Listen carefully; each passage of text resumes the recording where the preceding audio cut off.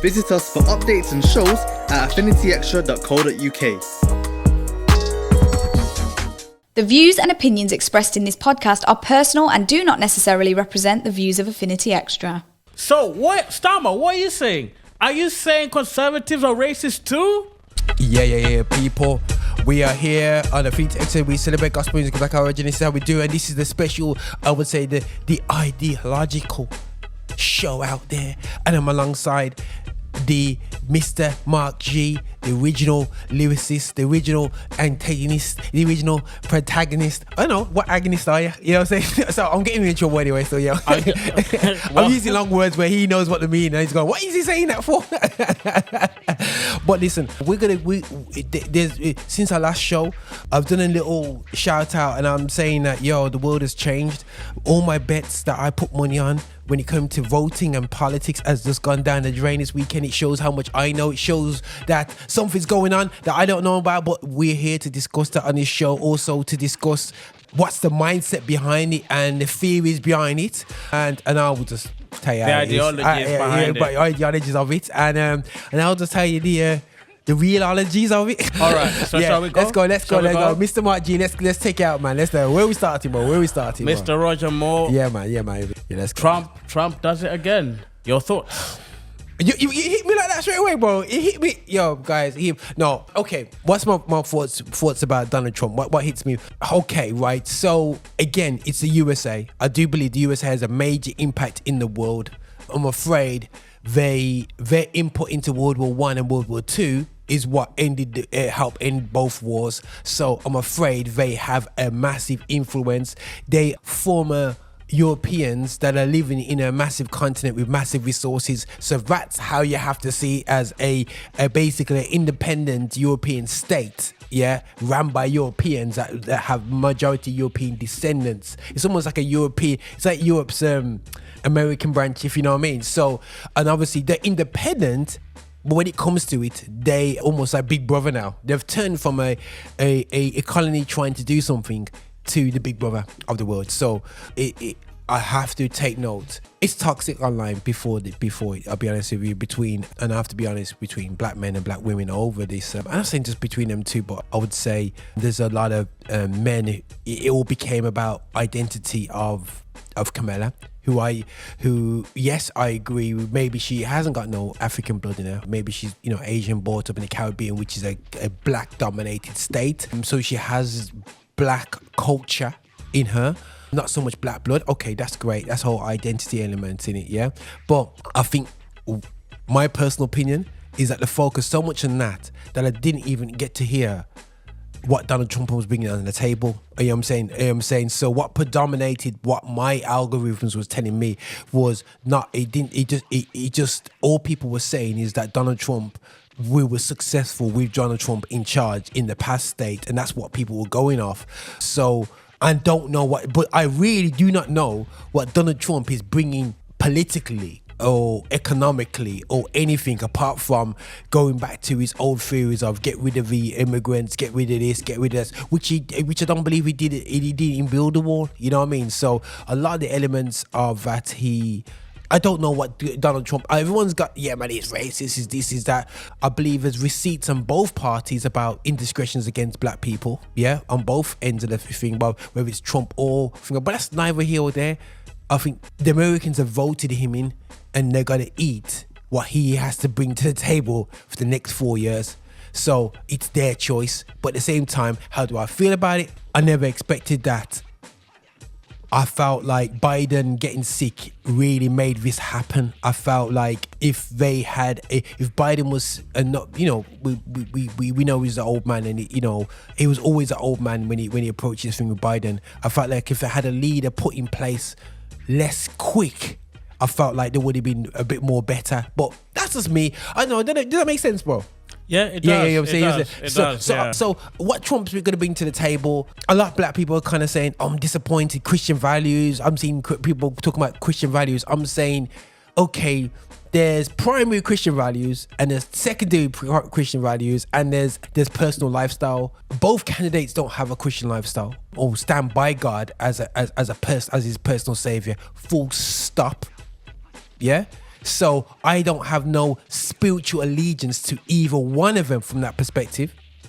Now, there's a social aspect of Christianity that cares about the people around you, which that's my socialist element to me, that all men should be equal. There's a group of Jews at the time of Jesus who everybody brought things into the village and they shared. I'm a very that type of person. That's just the way I'm made up. I'm like that.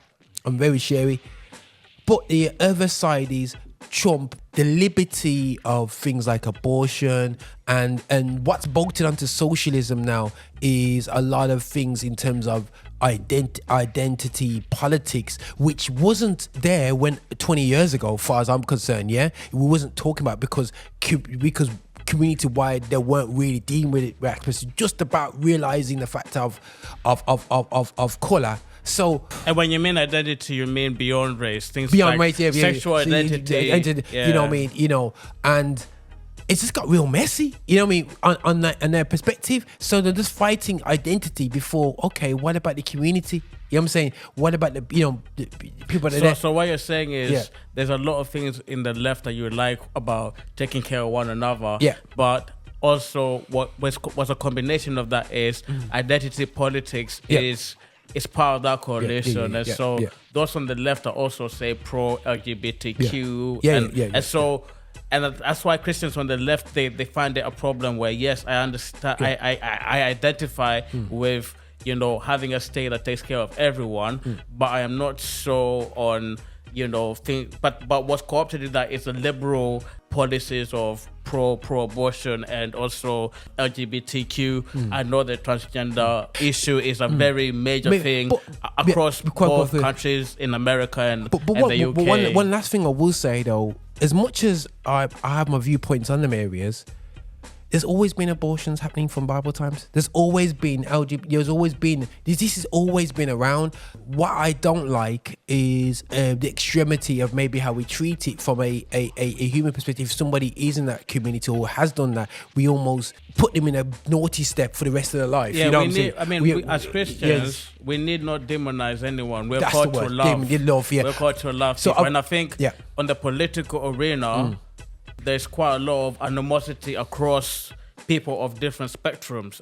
For me, I believe that we should love people no matter who they are and what they believe. Exactly. And so that's what makes a Christian stance in the political arena. But we've gone too far that side. We've gone too far that way. But the thing is, we have one enemy, in my view. That's the devil. Everyone, and in fact, the people that, I like one pastor who says, the people that you do not vote for are not your enemy, they're your mission field. Okay.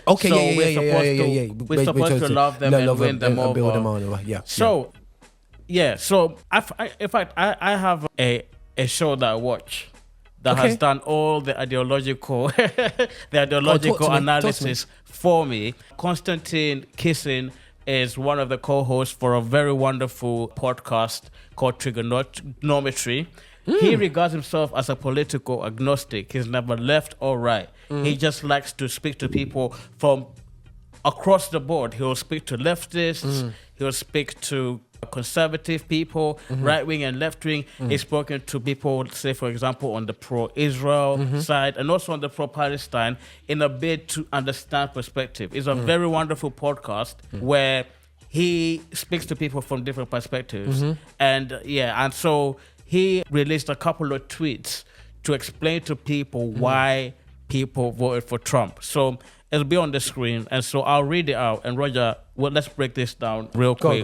Go. So from my British and European friends who are shocked and surprised, here are 10 reasons you didn't see coming as to why Trump won. Read this short post and read the replies from our American friends who will confirm what I'm saying. Number 1, Americans love their country and what is best in the and want it to be the best in the world. America is a nation of people who conquered a continent. They love strength, they love winning, and any leader who appeals to that has an automatic advantage. So even if you think of Trump's first campaign, he was America first. And of course, the refrain, right? The campaign is under the Make America Great Again. This is not what we heard, to be honest, from the Kamala side about loving America and, being proud of America. Trump America, with all its faults, I think Trump, in his campaign, projected a very positive view of what America can be, which hence why the campaign slogan, "Make America Great Again," right?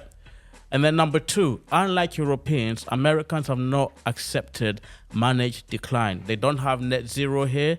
They believe in producing their own energy and making it as cheap as possible because they know that their prosperity depends on it. So, environmentalism, a lot of the left, they want us to convert to green energy as quick as possible. Whereas Trump, the conservatives, they believe in as much as green energy is something we need to get into, we need to not be too radical, not to be too abrupt from transition. And Trump cares about these workers who are losing jobs. So, you have to think about it. Yes, protect. No. Yes. So yes, we like the environment. I hear what you're saying. What about people losing jobs? And so Trump actually appears to care about this move from green energy and the economic impact. And so Trump appealed to these people who say, "Drill, baby, drill," right? So let's carry on. Prices for most basic goods in the US have increased rapidly and sky high. So inflation was a problem in America. What the official statistics say about inflation and the reality of people's lives are not the same. So people were saying in the media that inflation was going on, but what he's saying is this was not felt by the voters themselves. So, and there's this thing of media saying one thing and the voters thinking the same, thinking different. Number 4, unlike you, Americans do not believe in socialism. They believe in meritocracy. Meritocracy is, success based on merit. They don't care about the super rich being super rich because they know that they live in a country where being super rich is available to anyone. I know you would disagree with that. With talent and drive to make it. They don't resent success, they celebrate it, right? So a lot of people on the right see socialism as a politics of envy. Those people higher up, why are they doing so great and why am I down here? Whereas he says Americans most of the time applaud those who work their way up. Obviously, Trump started with $1 million, a gift from his dad. But people are not, what he's saying, a majority of Americans are not envious of people who have more than others. And I think there's a Christian value into that. I mean, the 10 Commandments says do not covet. Now, whereas I agree with that, I also believe you should pursue, if you want, your dreams and your goals and get rewarded for it. But we also need to take care of the people, I believe. I mean, I'm not giving away I'm trying to be neutral. I do believe there needs to be systems that take care of the least of this. Yeah. Americans are the most pro-immigration people in the world. I know you disagree with that. Read that again. Seriously, read it again. Americans love an immigrant success story. They want more talented immigrants to come to America, but they refuse to accept people coming to the border. They believe in having a border. Now, so immigration is a problem. Apparently Kamala Harris during the Biden presidency was the border czar. She was the one taking care of the border. There's been a lot of illegal immigration. There's issues of trafficking, sex trafficking, that I think was not something that they dealt with quite as strongly as, the Trump voters would have liked. Kamala argues that she did put a bill on the table to deal with immigration, but apparently Trump advised the Republicans to stop it, even though she appeared to have wanted to make advances to deal with the issue. Okay, anyway, cool. And then, that's good. This is good. And then says Americans are sensitive about racial issues and their country's imperfect history. They believe that those who are disadvantaged by circumstances of their birth should be given the opportunity to succeed. What they reject, however, is the idea that in order to address the errors of the past, new errors of the past. However, the idea that in order to address the errors of the past, new errors must be made. The diversity, equality, and inclusion is racist. Okay, and they know that they reject it precisely because they are not racist, right? So DEI is like the new affirmative action, right? And a lot of people saying that's not really needed. And a lot of black conservatives would agree with this because they themselves want to qualify based on merit. And the idea that, I need a hand up because I'm black. And also think about it on an individual psychological. It might look, they'll say on a wide scale, it might look positive. But if I'm a black man and I'm going to, say, a prestigious university, I might look as a token student because of these DEI programs rather than being there because I deserve it, right? It's meritocracy against dealing with the discrepancies caused by history. And again, Americans are very aware across the board that it has a dark past. But how do we deal with the discrepancies? And a lot of people who vote for Trump would say that such programs such as affirmative action and DEI are not really doing it. Americans are on the philosemitic nation on earth. Philosemitic, so pro-Semitic. October 7th and the pro-Hamas left reaction shocked them to the very core because, among other things, they remember 9/11 was what 9/11 was like, and they know jihad when they see it, right? So, jeez, I went there. So I mean, a lot of people on the conservative right are pro-Israel, right? It is what it is. Number 8, Americans are extremely practical people. They care about what works, not what sounds good. Wow. In Europe, we produce great writers and intellectuals. In America, they produce and attract great engineers, businessmen, and investment. Because of this, they care less about Trump's rhetoric than you do, and more about his policies. So this is very important. A lot of the Christians who would vote for Trump, it's not because they like Trump, but the policies that are pro business, pro engineering, etc., etc. So if you put, I think one thing that people have decided is to put these issues on paper, to put the personalities on one side and just look at the policies. And Trump, being an entrepreneur, is about policies that encourage that enterprise spirit. Number 9, Americans are deeply optimistic people and they hate negativity. The woke view of American history as a series of evils which they must eternally apologize is utterly abhorrent to them. They believe in moving forward together, not endlessly obsessing about the past. I don't know how you feel about that one. And then number 10, the last one, America is a country whose founding story is one of resistance to government overreach.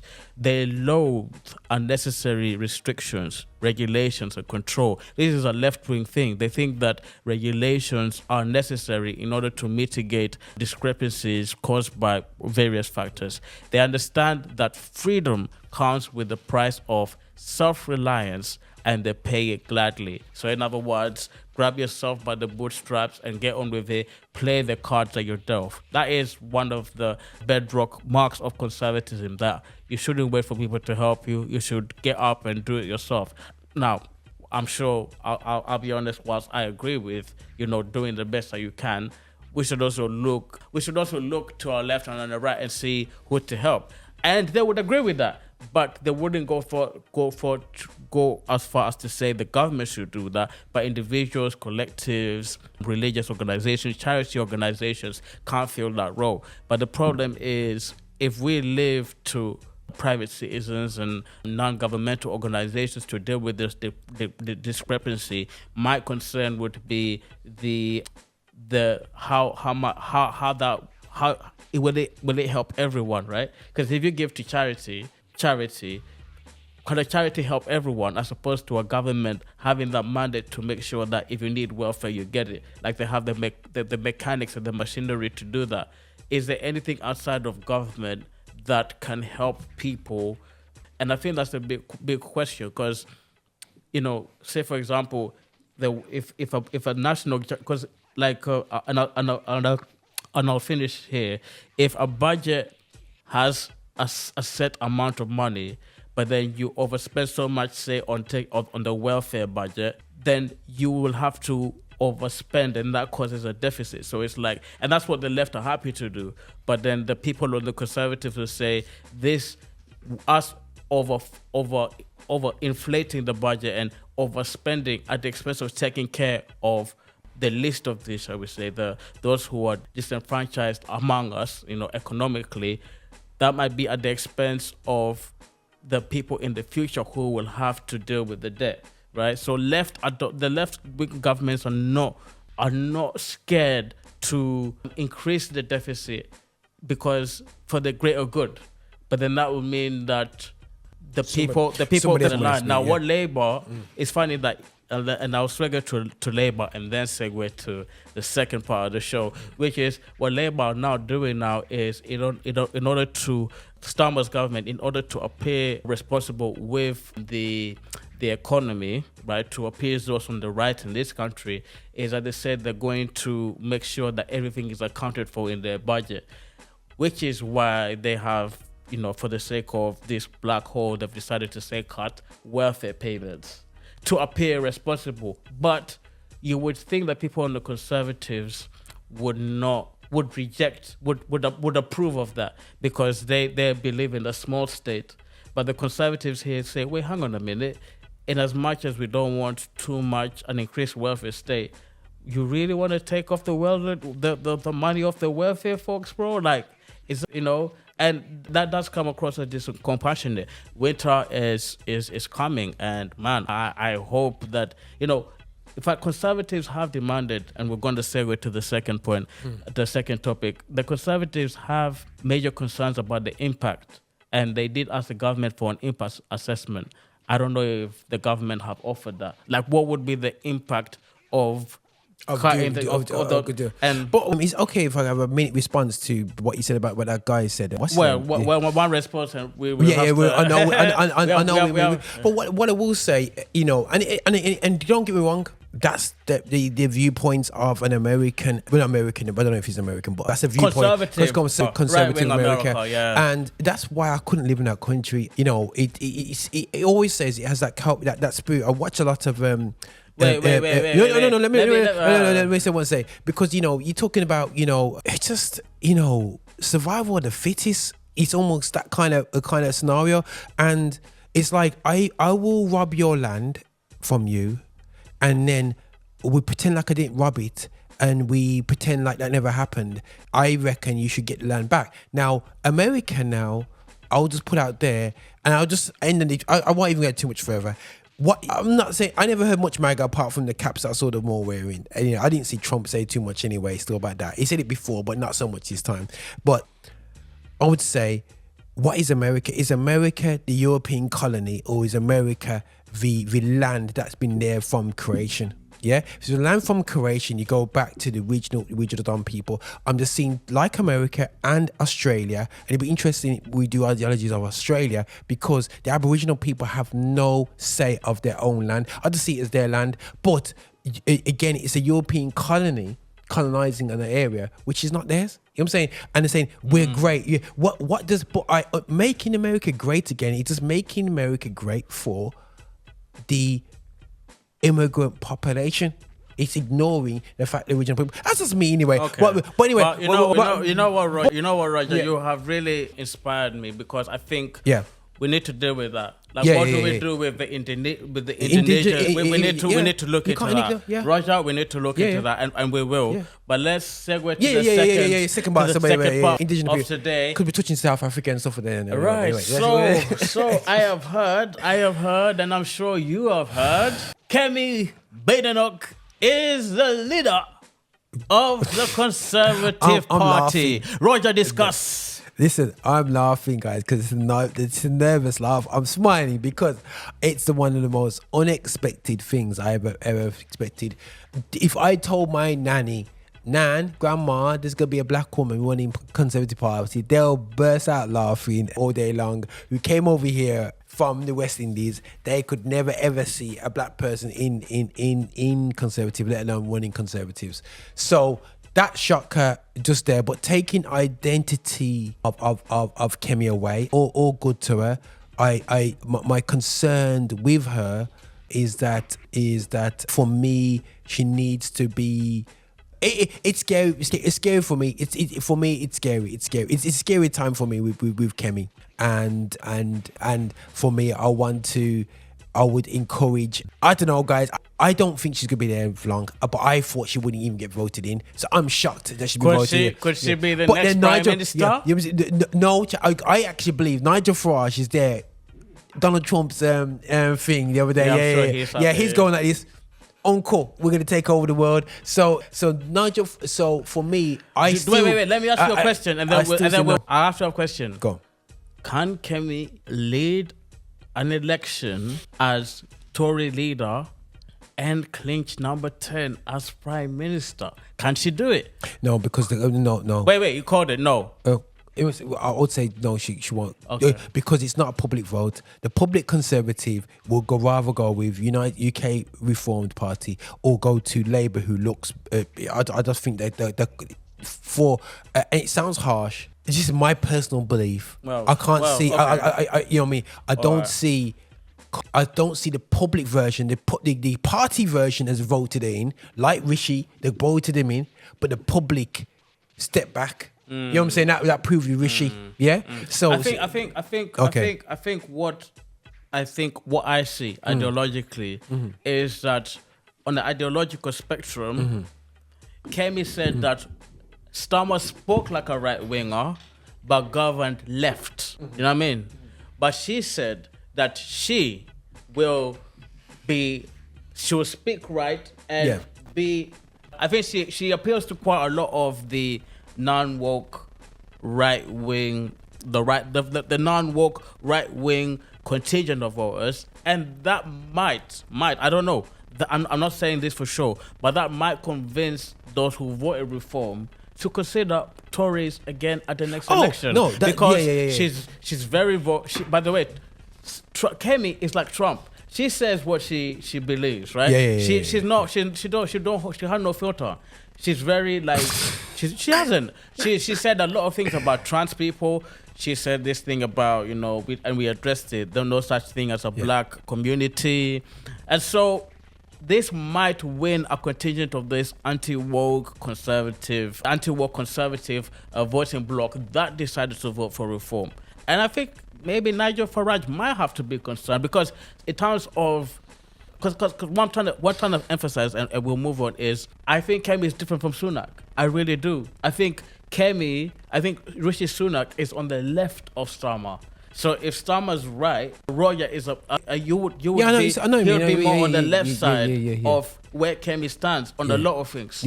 And she comes across as a conviction politician. Remember when we reacted to a speech? It's time to speak the truth. So she's one of those say it like it is. And my concern actually on the voting, on the electoral standpoint is saying it like it is will mean that some people would like you and not like you. I don't think you can do that in such a way that to bring other people on board. And then it becomes us against them, and we can become another America where you're either with us or no against us. My concern is that as we have seen the adversarial type of politics in America, with figures like Kemi, we might actually see that type of politics again. Because you see, when she said, and I'll finish with this and then we'll have to react to this. Cool. When, say, for example, when she went to GB News and said there's no such thing as a black community, if I was an advisor, I'd say, explain your point in such a way that even those who disagree with you, you come out, you bring them, like, she's like a plane, she just lands. Rather than, for me, when I present an argument, it's about bringing people along. But she doesn't do that. She's just like a straight talker. It is what it is, and maybe that's why she might never become prime minister, because she doesn't have that. I think that's where she needs to work. How do I appeal to people who don't like me, right? Now Trump, he don't care. He just says it like it is. Yeah, he won, but the problem is the after effects of the United States, as it might be here in the UK in the election, is that if you're MAGA, you don't like the people on the other side. And if you're on the other side, you don't like the MAGA people. But as a Christian, we're called to love one another despite difference of opinion. And so it's funny, even from a spiritual perspective, how political identity is so much a part of the American electorate, so much so that this has this us and them mentality that is causing enmity among the people of America who should be united, right? Hence the name, the United States of America. Biden was supposed to be the great uniter of the country. I don't think he achieved that. From an analytical perspective, I don't think he brought people together. I think he further wedged. I mean, he even called he called the Trump voters garbage. How can you be a uniter and call your enemies? Anyway, we'll finish with this, bro. We'll finish with this.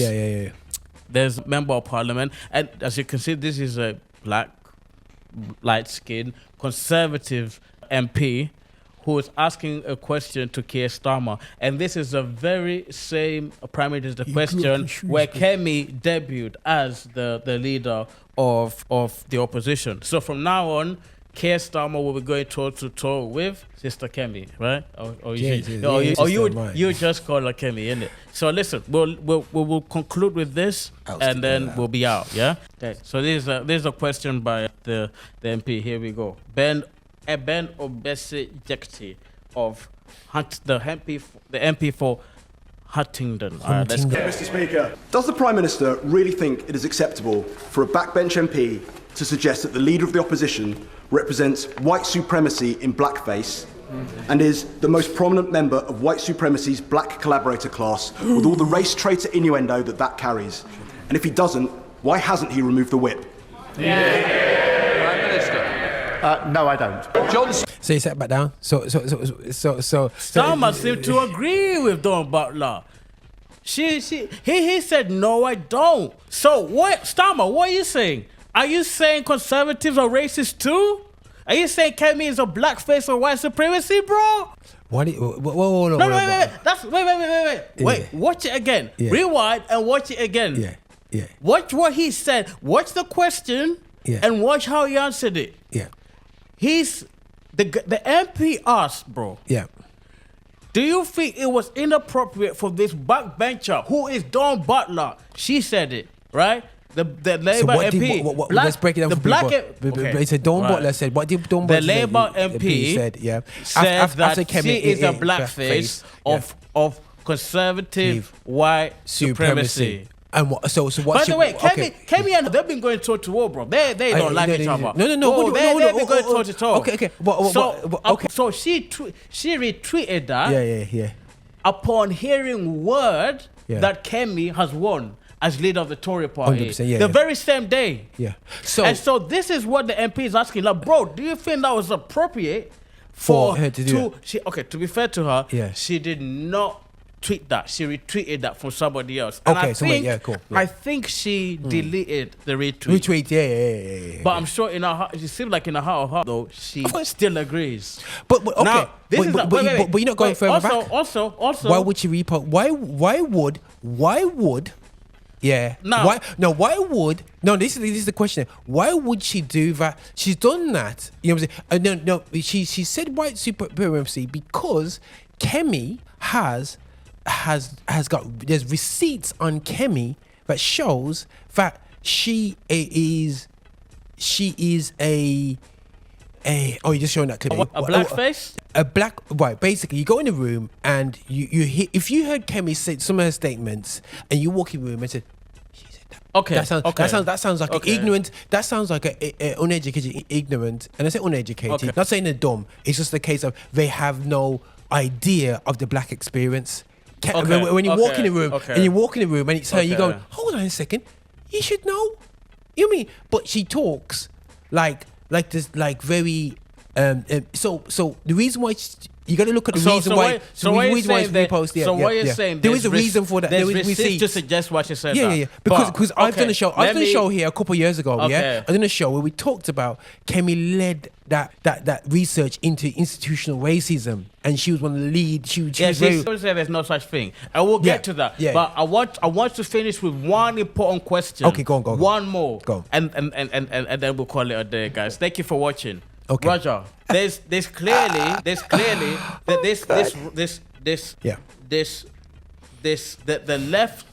the Labour left are considering, the Labour left are accusing Kemi of fanning to flame white supremacist, Yeah. right-wing bigotry, right? Yeah. Okay. Yeah. That's very clear. Yeah.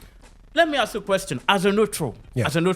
isn't there also left-wing bigotry? Let me explain. Go on. It's called the bigotry of low expectations. In other words, a large number of these black folk are poor, and we need to help them, savior mentality. We need to help these people. They're they're the least among us. We need to help them. We need to take care of them. This black people. No. In other words, they appeal to. Here's the thing. They appeal to black people as if the only contingent of black people are the strugglers.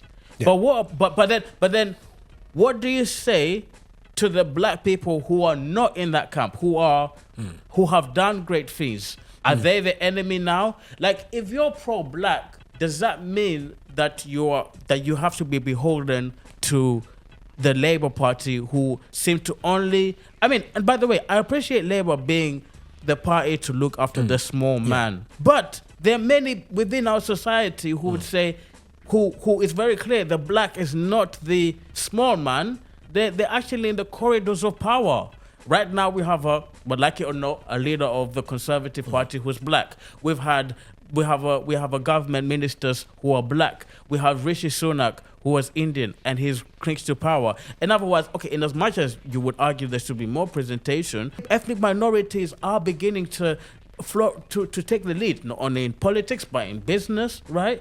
We see black entrepreneurs, and we should see more of it. I'm not saying that there's not much more to be done, but how can Labour speak to such folks? Oh, so you're a black billionaire? Oh, now you're not on our side. In fact, we're going to tax you 50% and we'll give that money to... Do you get what I'm saying? I think would you argue that there's also a bigotry of low expectation that, oh, they're the black child, we'll take good care of you. But then what happens if he starts rising up and saying, and start great thing? Come on, bro. Don't you feel there's bigotry on both sides? The conservatives have accused the left. I've heard this in America. The left have bigotry of low expectation. Black, the poor, just give them welfare, they'll vote for us. And a lot of black folk can say, we want more than that. You can't just come and say, oh, we're just going to give you benefits and then we're going to give you a vote. What if I'm not a welfare recipient? What are you going to tell me? What are you going to... Well, you're not a welfare recipient. I'm not a welfare recipient. We're working and you're an entrepreneur. What can Labour say to you? Oh, we'll tax you.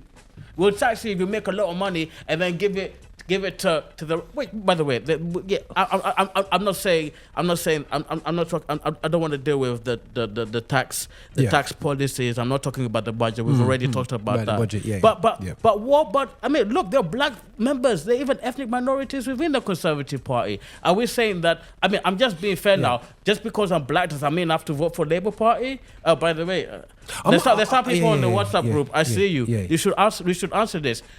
And also it comes to the idea of what Kemi said, to be fair, which is a true observation. Blacks are not monolithic.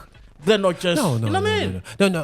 So tell me, talk to me. Okay, you've been talking, right? Yeah, let's say you let off your drop bombs there. Okay, going back to bigotry of low expectation. I want you to deal with that. I still don't think you quite understand. Okay, right. So I hear what you're saying in terms of basically Labour's like the poor people's show and the rich people's show is the Conservative. And I want to kind of move away from that. For me... Roger, come on, deal with the question. Okay, no, but the thing is, it all starts off with white supremacy talk, yeah? You know what I'm saying? And you're going into bigotry of the other side. So, you're going, but they do this, but no, let's go back to the statement that the reposted was about, he stood up and he talked about white supremacy and that she backs it as a blackface, yeah? From my personal experience, right, one thing, and I would appeal to Kemi, and hopefully Kemi listens to this, yeah?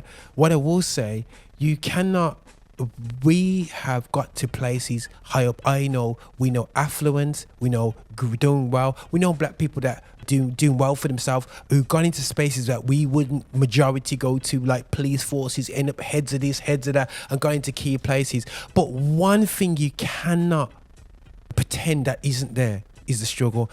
I have issues where they almost I've seen bars from Kemi, enough receipts from Kemi that has a very derogative approach towards the history and the damage of slavery with the Afro, and she's very derogative with it. That's, I've seen her say that, and it's almost a case of just get over it, let's move forward. Yeah, it's almost that kind of way. I do see that her aspect of when she refers to what's going on in Africa is very, that's a doc, you know what I mean? That's basically a bunch of savages trying to kill each other. She almost comes across like that. So she's very negative to her own, and I feel that if a white person said what she said, they'll be hanged. Yeah, you know what I'm saying? But she gets away. No, because I haven't seen white people talk like that in this country for they'll be cancelled. So she almost gets away with it because she's black. You know what I'm saying? So yeah. This is Kemi. This is our appeal to you. Yeah. And this is my appeal to any politician. I'm not a politician. I don't think Roger is. But if you want to win people, yes, hold to your convictions, but be careful, number one, how you communicate it. Because as you can see, Kemi, how people have received what you said, it's not in a positive way. And so politicians need to learn how to communicate in a way that is, like, you might have a point, but rather than just landing the plane and crashing the plane, bring people aboard, bring people on board and try to communicate your point in such a way. No, hear me out. This is my appeal. You might have your points, but you can do it two ways. You can play divisive politics, you're with us or no, you're with us or you're not with us. Or you can kind of try and find a middle ground, which is what I am for. Kemi, there will be an opportunity where you will be invited to a black church, or a conversation, and have conversation with black Brits. And you will be asked these questions, and you will have to answer for the receipts that we've just discussed. And so, if you want to be the leader, you can either play either way. Whether you win or not, it's up to the electorate. You could just say, "This is my side, take it or leave it," or do it in such a way that you help us understand your point of view and try and find common ground. If you want to be like Donald Trump and say, this is what I believe, take it or leave it, fine, cool, go ahead. Well, Trump won, but that doesn't mean if he won, you're going to win the election. In fact, he reckons you might not win it. He definitely won't have your vote. So I think for Kemi, I'd say is, yes, you're a straight talker, but soften the blow a bit. But okay, just a quick one in this. So it's you talk about am I right? Kemi's a straight talker, yeah. She's straight talking, yeah. So the moment that Dawn shoots back, they can't handle it. So 1 second. So Kemi, just as he's breaking it there still, yeah. Kemi has basically said her opinion. Now the thing is, because she straight shoots, I know what's in your heart, sis. Yeah, you know what I mean. So safe. So I know that. I don't want you to soften your blow. I want you to keep it 100. Dawn's told you 100 that she believes that where you going on is you would tell me in my face, Kemi, get over slavery. There's no institutional racism. You tell that to my face. I'll go safe. I ain't backing you, sis. Yeah, and I'll reverse. That's because she's told me how she feels about it. So I don't trust you to help me not help me to the journey that I'm going, that you have not empathized. Or Roger, at the very least, she should try and make you understand why she be. Because this is what Ideologees is about. Yeah. Understanding the other, even though we might not disagree. Like Roger, you might come with a point. Like even, let's be honest, in private we talked about our discussion. Yeah. And I asked you questions. Yeah. And I'll continue asking you questions because I don't want to just hammer on why I disagree with you. I want to understand why you believe what you believe. Yeah. And that's a forum that we need to that's a forum that we need to facilitate. Rather than all this insulting each other in straight talk. Now, I don't think Kemi will do that because she said in her leadership campaign speech, it is time to tell the truth. Oh, that sounds like not the truth, her truth. It's her truth, and I'll go for this analogy, this real life analogy of my childhood. Yeah, so I grew up in a white school, so obviously my black friends, back at church and stuff like that. Yeah, but majority of my life I grew up with the only black guy in my year and whatever. Yeah, and it comes to stages in some stages, and you're young, and I'm not saying these guys are bad guys at the point. They will say something derogative about black people, yeah? And they'll say, but Roger, we don't mean you, we mean them over there. Now, there comes a point as a black person, you understand that, okay, to be successful around these guys, they can carry on. I have to assimilate with their mindset to people that look like me outside there. So I find with Kemi, I'm not saying this, but I'm just saying something that roots out to my experience, my life experience, being in certain spaces with ignorant people. Certain black people have gone in them spaces and actually assimilated to the mindset to be successful in them areas, rather not to go back with the majority, which is back in a more deprived way of mentality and area. So I'm not saying I had a choice in terms of go this way or that way. I still see them, not all them guys. I don't really deal with them guys, but you know, I got friends from school that I would see and go, yo, what's up, bro? Cool. So I had good friends that were white and Asian at school. So my tight circle was white and Asian. You know, I had no choice. You know what I mean? But we're great guys and we got on well together. But there was certain guys that would be negative, and then as soon as you served purpose, come join our football team because you are a good football player. Even though I beat you up last week and I called you the N-word, yeah? And this is a real life experience of my personal thing, but you serve my purpose because you're fast, skillful, and the guy sent his dad and him came to my yard to come for me and say, we will come and pick this kid up. We want to play him for one of the top clubs in the area. But my dad said, no, we're not going to do that. But that's a whole other story. But end of the day, still, yeah, if I served their purpose, he would. That doesn't mean, I'm not talking about my other friends. I'm talking about this particular guy. He wasn't my friend. He just served. So is Kemi being used? Because I know that I need what she has. I need her face to say how we feel. Because if I did it, I'll get cancelled. And she's just being used to serve the conservative purpose. That's a perspective of see what's going on right there. I'll conclude. Let's conclude with this. Let's conclude with this. One more question. One question. And I think this is a fundamental. Go on. Would it be fair to say that Miss Kemi Baddenoch and Miss Don Butler, both of them need to tone down need to put a filter, tone it down, and maybe talk? And I try to understand each other. That's from a neutral, I'd say they both need to tone it down and talk to each other.